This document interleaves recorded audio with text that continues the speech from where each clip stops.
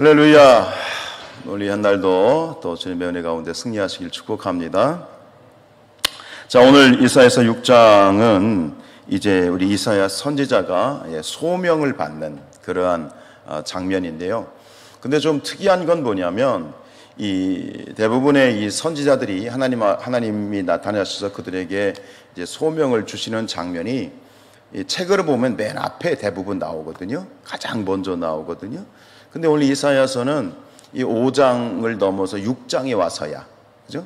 5장, 뭐 한두 장도 아니고 무려 5장에 대한 이 분량이 지난 다음에 지금 6장에서 지금 이사야 선지자가 소명을 받는 장면이 나오는 것은 지금 특징, 좀 이례적인 경우인데, 뭐 그것을 이제 해석을 해보면 그런 거죠. 앞에서 우리가 보았던 것처럼 1장부터 지금 그 5장까지의 내용들이 뭐였어요? 계속해서 반복됐던 것이 뭐죠? 남유다에 대한 경고죠. 그죠? 너희들 이렇게 하면 안 돼. 너희들 이렇게 하면 안 돼. 너희들 심판을 받게 되고 징계를 받게 되라고 하는 그런 하나님의 경고가 계속 나왔죠. 그러니까 어찌 보면 그런 거예요. 지금 이 소명에 대한 이사야 선지자가 소명을 받는 사건이 중간에 나왔다는 것은 그 유다에 대한 지금 남유다의 죄가 굉장히 좀 심각하고 그것이 지금 굉장히 그에 대한 하나님 메시지가 너무나도 중요한 중차대한 것이었기 때문에 오히려 소명기사보다는 하나님의 심판의 경고의 이야기가 먼저 언급이 되었다. 어찌 보면 급한 마음이죠. 하나님께서 굉장히 지금 마음이 급하신 거예요. 너희들 이러면 안 돼. 너희들 지금 정신 차려야 돼. 하는 그런 하나님의 그런 애타는 마음이 실려 있다고 볼 수 있는데, 개인적으로 저는 이 6장을 읽으면서 제가 개인적으로 굉장히 좋아하는 찬양 중에 하나, 여러분도 아시겠습니다만 바로 요 1절부터 3절에 나와 있는 그 내용을 가지고 된 찬양이 있죠. 주께서 높은 보좌에 앉으셨는데, 그 찬양 가사가 그대로 여기 지금 나와 있는 이대로 그대로 되어 있어요. 1절에 보면 우시아 왕이 죽던 해에 내가 본즉 주께서 높이 들린 보좌에 앉으셨는데 그 옷자락은 성전에 가득하도다. 그렇죠? 그 옷자락은 성전에 가득하였고, 2절에 보면 스랍은 천사들이죠. 천사들, 뭐 성경에 나오는 천사 이름이 명시된 천사들이 셋이 있어요. 그룹 천사, 그 다음에 뭐 가브리엘 천사, 그건 개인이고, 또 스랍 천사. 이 스랍은 천사들입니다. 천사들이 모시고 섰는데 각기 6날개로 있어 그 둘로는 자기 얼굴을 가리었고 그 둘로는 자기의 발을 가리었고 둘로는 날며, 3절에 서로 불러 이르되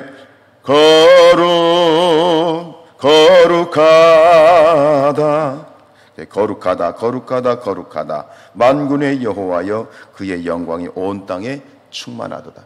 지금 이 이사야가 본 이 환상이 이사야가 어디에서 본 환상이죠? 성전에 있을 때죠. 성전에, 주의 옷자락은 성전에 가득하였다. 지금 이사야 선지자가 성전에 나아가서 하나님 앞에 섰을 때에, 그 성전에 섰을 때 이 환상을 본 거예요. 저는 예배를 드릴 때마다 이 찬양과 이 내용을 늘 마음에 품습니다. 여러분, 우리가 성전에 나와서 함께 예배할 때 지금 이사야가 선지자가 봤던 이 모습을 눈이 열려져서 이 환상을 볼 수 있기를 축복합니다. 그렇죠? 여러분 눈앞에 뭐가 보이십니까? 설교자가 보이고, 이 화초가 보이고, 벽돌이 보이고, 그게 아니라 그것은 육신의 눈으로 봤을 때 그렇지만 영의 눈이 열려서 우리의 예배 가운데 임재하시는 높은 보좌에 앉아 계시는 하나님과 그곳에 옹이하고 있는 그러한 천사들, 그리고 그 천사들이 부르는 그 만군, 그죠? 천군, 만군이 부르는 그런 하나님을 찬양하는 그 소리가 들려질 수 있기를, 그 모습이 보여질 수 있기를 축복합니다. 근데 이것을 보았던 사람, 신약에 넘어가면 이 모습을, 이 환상을 계속 보았던 사람이 있어요. 누굴까요? 요한이에요. 사도 요한. 이 장면이 신약에 가면 어디에 등장할까요? 요한 계시록에 등장해요. 요한계시록에. 요한계시록을 우리가 공부했을 때 요한계시록은 7막 7장으로 되어진 아주 치밀하게 짜여진 그런 하나님의 계시인데, 각 내용 7막 7가지의 주제가 쭉 진행이 되면서 그 7막의 내용들이 시작될 때 맨 위에 뭐가 보이냐면 하나님께서 요한에게 보좌를 보여주세요. 보좌. 그리고 그 보좌로부터 이제 쭉 그런 어떤 예언들이 진행이 되는데, 그리고 결정적으로 계시록 4장과 5장에 가면, 그 뒤에도 나와 있지만 4장과 5장에서 하나님께서, 주님께서 이 요한에게 바로 천상의 예배, 천국의 예배를 보여주세요. 여러분, 우리가 세상 가운데에서 우리 예배에서 일어나야 되는 영적인 일도 그렇지만, 결국은 이 예배를 통해서 우리가 세상 가운데 승리하기 위해서는 바로 예배 가운데서 우리가 보좌에 앉아 계시는 주님을 바라볼 수 있어야 돼요. 할렐루야. 아멘. 보좌에 계신 주님을 바라보세요. 여름의 새벽마다 특별히 우리가 주일 예배나 하는 공예배도 있겠지만, 이 새벽에 예배를 드린 여러분들이, 우리 모두가 보좌에 앉아 계시는 주님을 볼 수 있는 그런 눈이 열려질 수 있기를 축복합니다. 그래야 세상을 이길 수 있어요. 그리고 예배 가운데 우리가 하나님의 응답을 받고 예배가 예배되는 것이고, 늘 제가 예배 때마다 드리는 말씀이 있잖아요. 거저 왔다 거저 가지 말라고. 제가 드리는 그 고백, 권면 속에는 바로 이런 게 있어요. 거저 왔다 거저 가지 말라. 여러분, 병원에 가면 의사를 만나고 와야 되고요.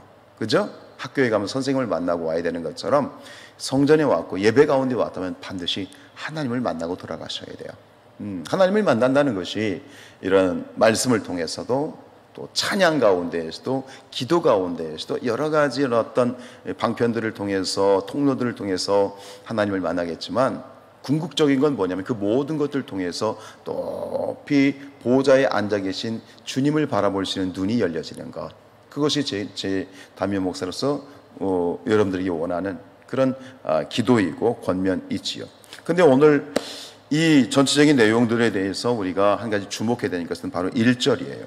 지금 이 소명을 받고, 이사야 선지자가 소명을 받고 이 놀라운 광경을 보았던, 소명을 받았던 때가 지금 나와 있는데, 1절에 보면 그게 어느 때라고 명시되어 있어요?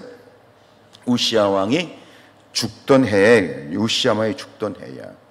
이게 굉장히 중요한 거예요. 왜냐하면 우시야 왕이 죽었다라고 하는 것은 이때 이사야 선지자가 나이가 굉장히 젊었을 때였고, 그리고 이 우시야 왕의 죽음은 사실은 이사야 선지자에게, 젊은 이사야 선지자에게는 절망의 사건이었어요.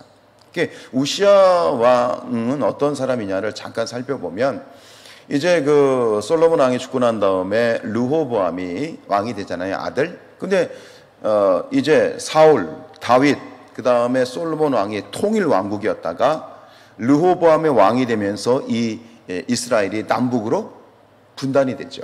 그죠? 북이스라엘은 누가 다스리고?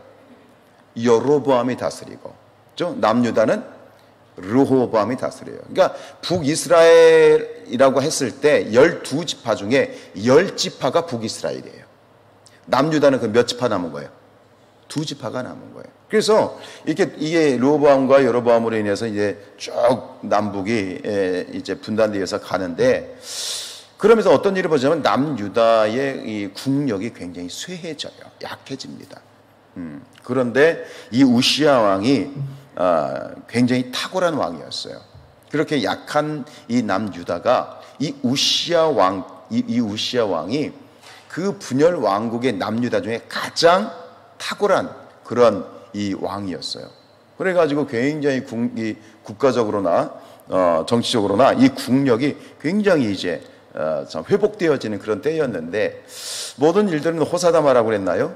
그렇게 정말 멋지게 정치를 하고, 정치로 봤을 때 국력이 굉장히 이렇게 잘 회복되어지는 그때에 결국 또 안타까운 일이 벌어지는 건 뭐냐면, 이 이사야 선지자가 누구요? 우시야 왕이 치명적인 그런 일을 저지르고 결국은 이 전성기가 끝이 나요. 그게 뭐냐면 교만해지는 거예요. 이게 참 그래요. 참 그렇게 전성기를 맞던 이 남유다가 또 우시야 왕이 결국 교만해지는데, 이 우시야 왕이 저질렀던 결정적인 게 뭐냐면, 자기가 이제 뭔가 된 듯한 그런 교만감에 빠져서 하지 말아야 될 행동을 했어요. 그게 뭐냐면 성소에 들어간 거예요. 언젠가 말씀드렸죠. 성소에 들어가서 일할 수 있는, 분향을 할 수 있는 사람은, 구별된 사람, 누구의 특권이었어요? 제사장의 특권이었어요.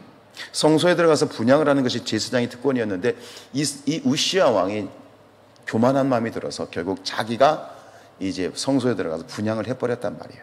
그로 인해서 어떻게 돼요? 나병이 걸려버려요. 문둥병에 걸려버려요. 이 문둥병은 천형이에요. 천벌이에요. 그러니까 아직 살아있으나 이제는 왕으로서의 역할을 할 수 없어서 별궁에다가 갇히게 되고, 대신 요담이라고 하는 그 아들이 이제 섭정을 하게 되어지고, 그리고 결국은 이제 이 우시야 왕은 그렇게 문둥병으로 인해서 죽게 되어지는데, 이 사건이 결국 뭐냐? 이사야 선지자에게는 굉장히 절망스러운 일이었어요. 결국 왕이 나라를 잘 다스리고 어쨌든 간 국력이 참 전성기를 맞이하여 그런 전성기 시대를 구가하던 시대에 그렇게 좀 기대하고 소망했던 이 우시야 왕이 그렇게 죽어버리니, 사실은 이 이사야 선지자에게는 개인적으로 굉장히 절망스러운 그런 상황이었던 거예요. 그러니까 우시야 왕이 죽었다라는 것은 뭐냐? 단순한 왕의 죽음의 문제가 아니라 이사야 선지자와 그리고 국가적으로 봤을 때 굉장히 절망과 그리고 슬픔의 때였다는 거예요. 바로 그때, 바로 그 순간에 뭐예요? 이 이사야 선지자가 소명을 받은 거예요. 그리고 그 소명의 순간에 이사야 선지자가 받던 건 뭐예요? 바로 보좌에 앉아 계신 하나님. 결국은 이 여러분 보좌에 앉아 계신 하나님이라고 하는 것은 어떤 의미가 있냐면, 이 만유를 다스리신 분이 누구시다? 하나님이시다. 이 천지만물의 인간의 생사국을 주관하시고 이 세상의 모든 만유를 주관하시고 절대 주권과 절대적인 하나님의 이 절대적인 모든 주권과 섭리는 오직 누구로부터 오신다? 하늘 보좌로부터 온다라고 하는 거예요. 계시록에서 얘기하는 게 바로 그거예요. 모든 일곱 나팔이든 대접이든 심판이든 무엇이든 모든 것의 출발점은 어디? 보좌로부터 출발이 되는 거예요. 하나님으로부터 출발이 되는 거예요. 그러니까 지금 이사야 선지자에게 다시 하나님께서 말씀하시는 거죠. 이 땅의 모든 소망은 사람에 있는 게 아니잖아. 우시야 왕에게 있는 것이 아니다. 인간의 왕에게 있는 것이 아니다. 참된 소망은 누구에게 있는 것이다? 하나님에게 있는 것이다 라고 하는 그것을 이제 환상을 통해서 이사야 선지자에게 정확하게 보여주었던 것이죠. 여러분 마찬가지예요. 여러분 다시 한번 우리가 잊지 말아야 될 건 뭐냐면, 눈앞에 보이는 모든 일들과 벌어지는 일들은 그것은 결국 현상적인 문제이고, 그 모든 것을 만유를 주관하시고 다스리시는 것은 결국 누가 하시는 것이다? 누가 하시는 것이다? 하나님이 하신 것이다. 마찬가지로 우리 각 개인에게 있어서 교회적으로 그렇고 나라적으로 그렇고 또 각 개인에도 마찬가지 똑같이 적용했을 때 우리의 삶을 주관하시고 우리에게 비전을 주시고 우리의 앞길을 열어주시는 분은 오직 하나님이시다. 그래서 다윗이 시편 42편 11절에서 이렇게 노래하죠. 내 영혼아 내가 어찌하여 낙심하며 어찌하여 내 속에서 불안해하는가. 너는 하나님께 소망을 두라. 나는 그가 나타나 도우심으로 말미암아 내 하나님을 여전히 찬송하리로다. 할렐루야. 여러분 다시 한번 이 새벽에 고백합시다. 나의 소망, 우리의 소망은 하나님이십니다. 사람을 보지 말고. 아멘. 사람 보지 말고. 우리가 가끔, 우리는 특히 한국 사람은 이 정에 약해가지고 사람에게 굉장히 많이 의지를 하는 것이 우리의 어떤 기본적인 성품인데, 여러분 사람이 아니에요. 하나님께 두어야 돼요. 아멘입니까? 다시 한번 그 사실을 고백하면서 나의 소망은 하나님이십니다. 너는 하나님께 소망을 두라. 여러분들이요 하나님께 소망을 두십시오. 하나님의 소망이십니다. 그 하나님께 다시 한번 이 새벽에도 하나님 당신은 나의 소망이십니다 고백하시면서 소망 되시는 하나님 기도를 통해서 만나고 돌아가시는 오늘 이 새벽 되실 수 있기를 주님의 이름으로 축복합니다.